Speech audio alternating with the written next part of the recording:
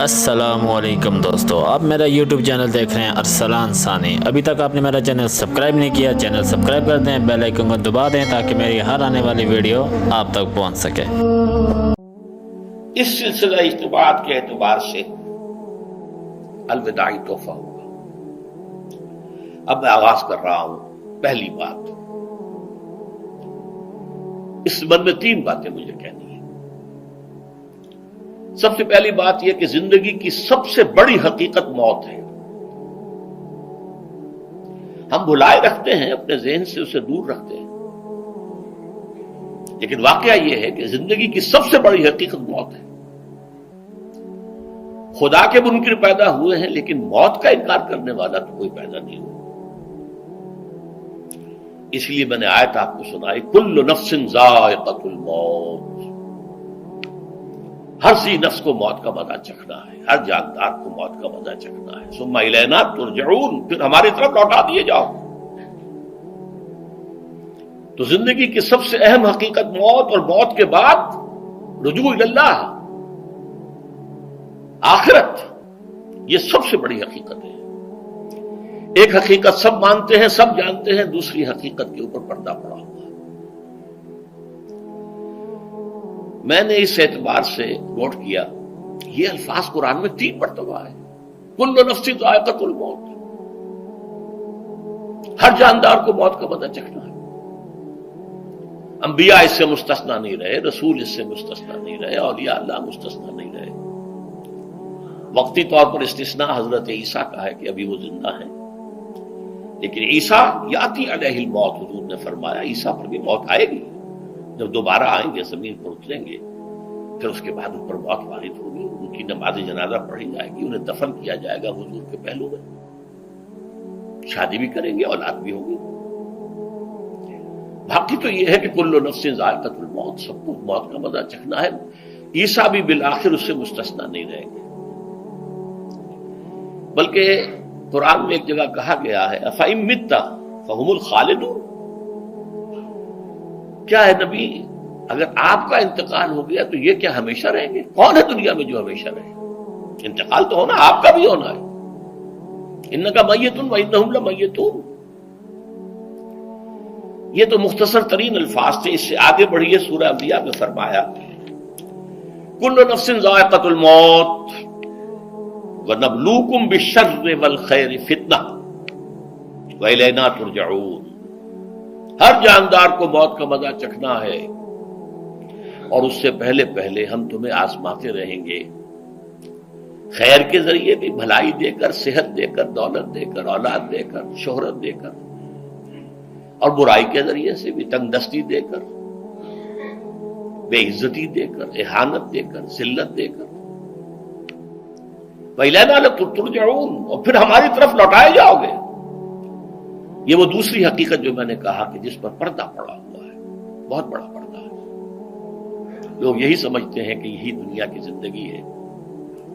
قرآن کہتا ہے إِنَّ الدَّارَ الْآخِرَةَ لَهِيَ الْحَيَوَانُ لَوْ كَانُوا يَعْلَمُونَ، یہ تو آخرت والی زندگی ہے جو اصل زندگی ہے، کاش کہ انہیں معلوم ہوتا۔ اس سے بھی زیادہ تفصیل سے یہ آل عمران میں آئی ہے، كُلُّ نَفْسٍ ذَائِقَةُ الْمَوْتِ وَإِنَّمَا تُوَفَّوْنَ أُجُورَكُمْ يَوْمَ الْقِيَامَةِ، ہر جاندار کو موت کا مزہ چکھنا ہے، اور پھر تمہیں پورا پورا تمہارا اجر اور بدلہ دے دیا جائے گا قیامت کے دن۔ فَمَنْ زُحْزِحَ عَنِ النَّارِ وَأُدْخِلَ الْجَنَّةَ فَقَدْ فَازَ، جو کوئی آگ سے بچا لیا گیا اور جنت میں داخل کر دیا گیا، وہ تو کامیاب ہو گیا۔ اللہم ربنا اجعلنا منہم، اللہم ربنا اجعلنا منہم، اللہم ربنا اجعلنا منہم۔ وَمَا الْحَيَاةُ الدُّنْيَا إِلَّا مَتَاعُ الْغُرُورِ، اور دنیا کی زندگی تو سوائے دھوکے کے سامان کے اور کچھ نہیں ہے۔ دھوکہ کس معنی میں؟ یہ تمہیں اصل زندگی سے غافل کر دیتی ہے۔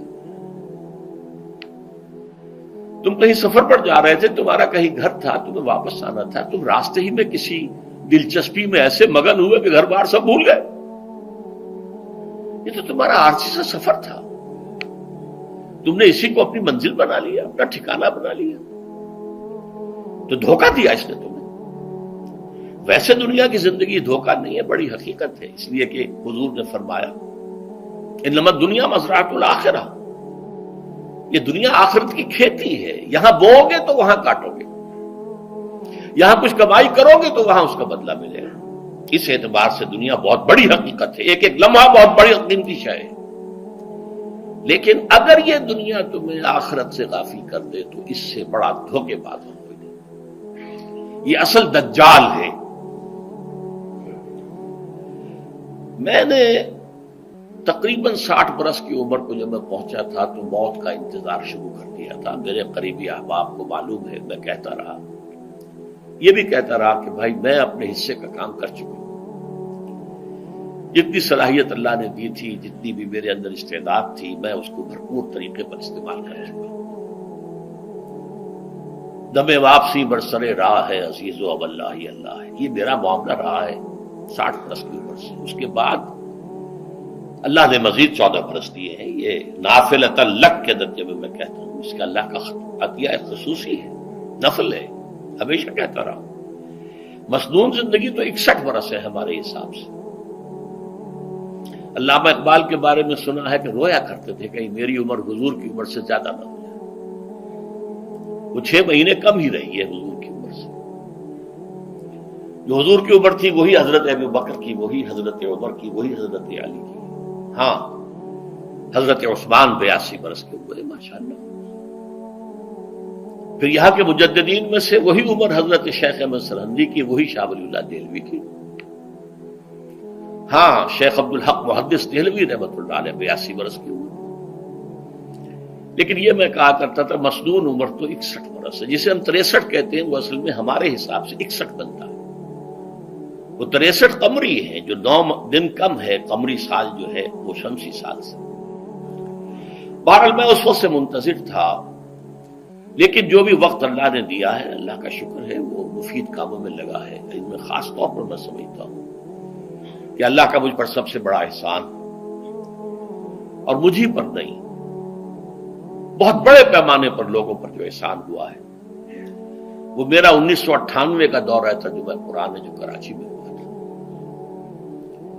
1998 کے مارچ میں میرا بڑا آپریشن ہوا، دونوں گھٹنے تبدیل کیے گئے، لیکن 98 کے آخر میں، حالانکہ میں چل نہیں سکتا تھا، کراچی میں مسجد جو ہے اونچی ہے، دوسری منزل پر ہے، تو خاص ریمپ بنایا گیا جس کے ذریعے میں ویل چیئر پر مجھے لے جایا جاتا تھا۔ میں نے درس دیا۔ اس درس کی گزشتہ چند سالوں سے پوری دنیا میں جو گونج ہوئی ہے اللہ کے فضل و کرم سے، اللہ کا کوئی حکمت خداوندی اس کے ساتھ وابستہ ہے۔ اس میں میرے کسی کام کو دخل نہیں ہے، میری کسی کوشش کو دخل نہیں ہے۔ میں نے تو جو درس میں دیتا آ رہا تھا سن 85 سے، دورہ ترجمہ قرآن، البتہ یہ بات ضرور ہے کہ میں نے محسوس کیا تھا کہ سن 98 کے اس درس میں دورہ ترجمہ قرآن کے مجھے خصوصی انشراح حاصل تھا۔ میری ساری گفتگو کا حاصل کیا ہے؟ دیکھیے، نظریاتی تحریکوں کا تعلق اشخاص سے نہیں ہوتا، ٹھیک ہے، کوئی اس کا داعی ہوتا ہے، کوئی اس کا مؤسس ہو جاتا ہے، کوئی اس کا آغاز کرنے والا ہوتا ہے، لیکن نظریاتی تحریک افراد سے وابستہ نہیں ہوتی۔ افراد آتے چلے جاتے ہیں اپنا اپنا حصے کا کام کر کے، جس کو جتنا مقدر ہے، جتنی اللہ تعالیٰ کی طرف سے توفیق ہے، وہ اپنا کام کرے گا، چلا جائے گا۔ یہ چمن یوں ہی رہے گا اور ہزاروں جانور اپنی اپنی بولیاں سے بول کر اڑ جائیں گے۔ مبارک ہیں وہ لوگ جنہیں قرآن کی بولی بولنا نصیب ہو جائے۔ وَإِنْ يَحْسَبُ أَنِّي مِنْهُمْ، مجھے گمان ہے، اللہ کا فضل ہے کہ میں ان میں سے ہوں، میں نے قرآن کی بولی بولی ہے، اور قرآن مجید کو جیسا کہ وہ ہے، ایز اٹ از، اپنے کو مذمومہ خیالات، اپنے کوئی ذہن سے زائدہ نظریات کو میں نے اس میں دخل نہیں دیا، جسے انگریزی میں آپ آبجیکٹیولی کہتے ہیں، خالص معروضی طور پر قرآن کو پڑھا ہے، قرآن کو قرآن سے سمجھا ہے، یا پھر سیرت رسول سے سمجھا ہے۔ میں لفظ سنت کی بجائے سیرت استعمال کر رہا ہوں۔ قرآن مجسم حضور تھے صلی اللہ علیہ وسلم، اور حضور کی سیرت اور حیات جو ہے وہ قرآن مجید کی اصل تفسیر ہے۔ یہ حقیقت بھی بہت کم لوگوں کے علم ہے۔ وہ احادیث کا نام تو لیتے ہیں، احادیث بھی ہے، سیرت بھی تو احادیث ہی سے ہمیں ملتی ہے، لیکن میں خاص طور پر سنت یا حدیث کی بجائے سیرت کا استعمال کرتا ہوں۔ قرآن کی دو سورسز ہیں، قرآن خود اور سیرت رسول صلی اللہ علیہ وسلم۔ بہرحال انشاءاللہ العزیز یہ کام بڑھے گا، چلے گا، یہ میں ابھی بعد میں عرض کروں گا۔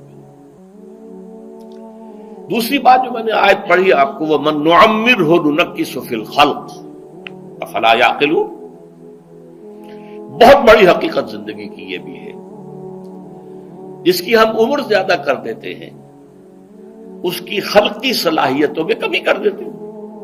موٹی بات ہے، بڑھاپا آئے گا، ہمیشہ کی مانی ہوئی بات ہے۔ اگرچہ جوانی میں آدمی بڑھاپے کا تصور نہیں کرتا، لیکن بڑھاپا آنا ہے، یہ بھی ایک حقیقت ہے موت کی طرح۔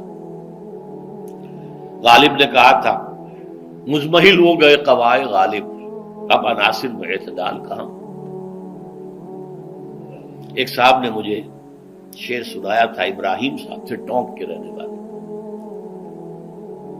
ذوف پیری بڑھ گیا جوش جوانی گھٹ گیا، اب عصا بنوائیے نخلے تمنا کاٹ کر۔ یہ تمنائیں جو ہیں طول العمل، انہیں کاٹو، اب گئی جوانی، امنگوں والا دور گیا، اور یہ جو تمناؤں کا پودا ہے اس میں سے لکڑی لے کر عصائے پیری بنوا لیجیے، اب بڑھاپے کے لیے ایک عصا درکار ہے۔ بڑا پیارا شعر ہے، ذوف پیری بڑھ گیا جوش جوانی گھٹ گیا، اب عصا بنوائیے نخل تمنا کاٹ کر۔ ابھی 2-3 دن ہوئے ہیں، یہاں پر جو خانہ فرہنگ ایران ہے اس کے ڈائریکٹر آئے تھے، انہوں نے فارسی کا ایک شعر سنایا، بڑا پیارا شعر ہے، در جوانی گفتم کہ شعر شعرست اگرچہ پیر بود۔ جوانی میں میں یہ کہا کرتا تھا کہ شعر تو شعر ہی ہوتا ہے، چاہے بوڑھا ہو جائے، بوڑھے ہونے سے اس میں کیا فرق واقع ہو جائے، شعر شعرست اگرچہ پیر بود۔ چوب پیری رسیدم، جب میں خود پیری اور بڑھاپے کو پہنچ گیا، دیدم، تو مجھے یہ بات نظر آئی کہ پیر پیرست اگرچہ شعر بود، بوڑھا بوڑھا ہی ہوتا ہے چاہے وہ شعر ہی کیوں نہ ہو۔ تو یہ بڑھاپا جو ہے یہ زندگی کی دوسری بڑی حقیقت ہے۔ اس کا ایک اثر تو سب کو معلوم ہے، قوائے غالب جو میں نے کہا، بڑھاپے کا عام نتیجہ جسمانی ضعف، سب جانتے ہیں، لیکن مجھ پر اور کچھ اور لوگوں پر بھی خاص طور پر اس کا جو ایک اثر ہوتا ہے، یہ مجھ پر ہوا ہے، وہ ہے یادداشت کی کمزوری، اور یہ میں کئی سال سے محسوس کر رہا ہوں۔ میری پرانی یادداشت بڑی مضبوط ہے، قوی ہے، اس میں کہیں کوئی کمی نہیں ہے، لیکن ریسنٹ پاس کی چیزیں جو ہے، پچھلے 5-6 سال کے واقعات مجھے یاد نہیں رہتے، اشخاص سے ملا ہوں اور دیکھ کے پہچان لیتا ہوں، کئی بار ملاقات ہوئی ہے، نام یاد نہیں آتا، تاریخیں اور اشخاص کے نام کے اعتبار سے تو خاص طور پر کئی سال سے میری جو میموری ہے وہ امپیئرڈ ہے، اور میں محسوس کرتا رہا ہوں کچھ عرصے سے کہ عین تقریر کے دوران محسوس ہوتا بلیک آؤٹ ہو گیا، اور مجھے سلسلہ کلام جوڑنے کے لیے سوچنا پڑا۔ بعض اوقات 1000 کروڑ مرتبہ بولے ہوئے الفاظ غائب، اب چاہے کتنا ہی زور لگا لوں وہ لفظ یاد نہیں آئے گا، ہاں تھوڑی دیر کے بعد خود بخود یاد آ جائے گا۔ میرے اس آپریشن سے اب کچھ عرصے پہلے تک جو میری تقریریں یہاں ہوئی، ان میں بہت سے لوگوں نے نوٹ کیا، میری تقاریر میں اب وہ روانی نہیں رہی تھی، وہ جو کراس ریفرنسز آیا کرتے تھے، جس کے بنا پر ایک مولانا عبدالکریم پاریخ صاحب تھے ناگپور کے، انڈیا کے، مولانا علی میاں کے وہ خلفاء میں سے، انہوں نے تفسیر بھی لکھی ہے قرآن کی، وہ ایک مرتبہ لاہور آئے تھے تو مجھ سے بھی ملاقات ہوئی، میرا درس بھی سنا، پھر یہاں وہ ایک دینی ادارے میں گئے، وہاں میرے خلاف باتیں ہو رہی تھی، تو انہوں نے کہا بھائی اس شخص کی کیا بات کرتے ہو، اس کے سامنے تو معلوم ہوتا ہے کہ قرآن کھلا ہوا ہے، جہاں سے چاہے لے لے، پھول کھلے ہیں گلشن گلشن، لیکن اپنا اپنا دامن، تم کیا بات کر رہے ہو اس کے بارے میں؟ تو عبد الکریم پاریک صاحب کی وہ جو تاثر تھا وہ صحیح تھا. کراس ریفرنسز کا آنا، القرآن یفسر بعضہ بعضا، اس میں بہت کمی آ گئی. بہرحال اس کے علاوہ تیسری چیز ہوتی ہے بڑھاپے میں ریزسٹنس کی کمی کی وجہ سے عوارض. بلڈ پریشر کا میں مریض ہوں اور کوئی 25 برس سے ہوں، شوگر کا میں مریض ہوں اور کوئی 5 برس سے ہوں. ایک خاص برس جو مجھ پر آیا ہے آج سے 4 سال پہلے، اس کی ایک تاریخ ہے. یہ جو امراض دماغی کے ماہرین ہیں یہ کہتے ہیں کہ ایک مرض ہے بائی پولر ڈپریشن. انسان میں کبھی تو انشراح ہوتا ہے، ایکٹیویٹی ہوتی ہے، سوچتا ہے اور ایکٹیو کرنے کے لیے، گفتگو کے لیے، بھاگ دوڑ کے لیے طبیعت میں آبادی ہوتی ہے. کبھی وہ بجھ سا جاتا ہے، کبھی وہ حرکت کرنے کو جی نہیں چاہتا، پڑا رہے کسی کونے میں، سو جائے. تو یہ بائی پولر معاملہ کہلاتا ہے، یہ ویو چلتی ہے. اچھا یہ ہے ہر انسان میں، جسے ہم عام طور پر کہتے ہیں موڈ آف ہے بھائی میرا، مجھ سے بات نہیں کرو. تو یہ موڈ کا آف ہو جانا، آن ہو جانا، یہ عام آدمی میں بھی ہوتا ہے. لیکن جو اللہ کے کسی فضل و کرم سے زیادہ ذہین ہو، زیادہ حساس ہو، ان میں پھر یہ جو ویو ہے یہ زیادہ اونچائی زیادہ نیچائی، زیادہ اونچائی زیادہ نیچائی، اور اس کو پھر ہم کہتے ہیں مرض، بائی پولر. یہ ہمارا خاندانی مرض ہے.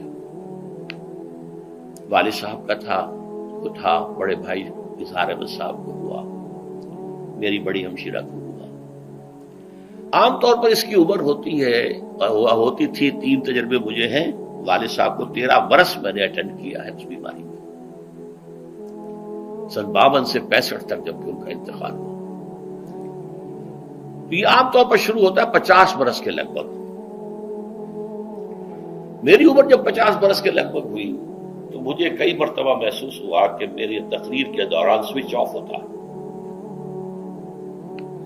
ایک مرتبہ سن 70 میں میری یادداشت کئی گھنٹوں کے لیے بالکل ضائع ہو گئی. اس کا میں نے تذکرہ کیا ہوا، میری کتاب ہے حساب کم و بیش. جو کیفیت مجھ پر گزری تھی، جس کرب کے عالم میں وہ چند گھنٹے مجھ پر گزرے تھے، میں انہیں الفاظ میں بیان نہیں کر سکتا. آدمی خراب ہے، نہ ابتدا کی خبر ہے نہ انتہا معلوم، کچھ بھی نہیں. میں جب 50 برس کا ہوا اور یہ 2 ایک مرتبہ مجھے جھٹکے لگے مسجد سمن آباد کے اندر، تو میں نے ڈاکٹر رشید چودھری صاحب سے، وہ میرے والد صاحب کے بھی معالج رہے تھے، میں نے ان سے کہا کہ یہ ڈینجر زون میں داخل ہو گیا ہوں. ان کا نہیں، آپ کو یہ نہیں ہوگا، اس لیے کہ آپ اللہ کے کتاب کی خدمت کر رہے ہیں. تو ان کی یہ بات تو پارشلی ٹروتھ نکلی کہ 70 برس کی عمر میں مجھ پر یہ 20 برس اللہ تعالیٰ نے مجھے اس میں ایک بونس دے دیا. 70 برس میں ظہور ہوا، اور اس کا ایکسائٹنگ کاز بنا ہے افغانستان میں جو حادثہ ہوا طالبان کے ساتھ. اتنا صدمہ مجھے تھا، ایک دم بیٹھ گیا.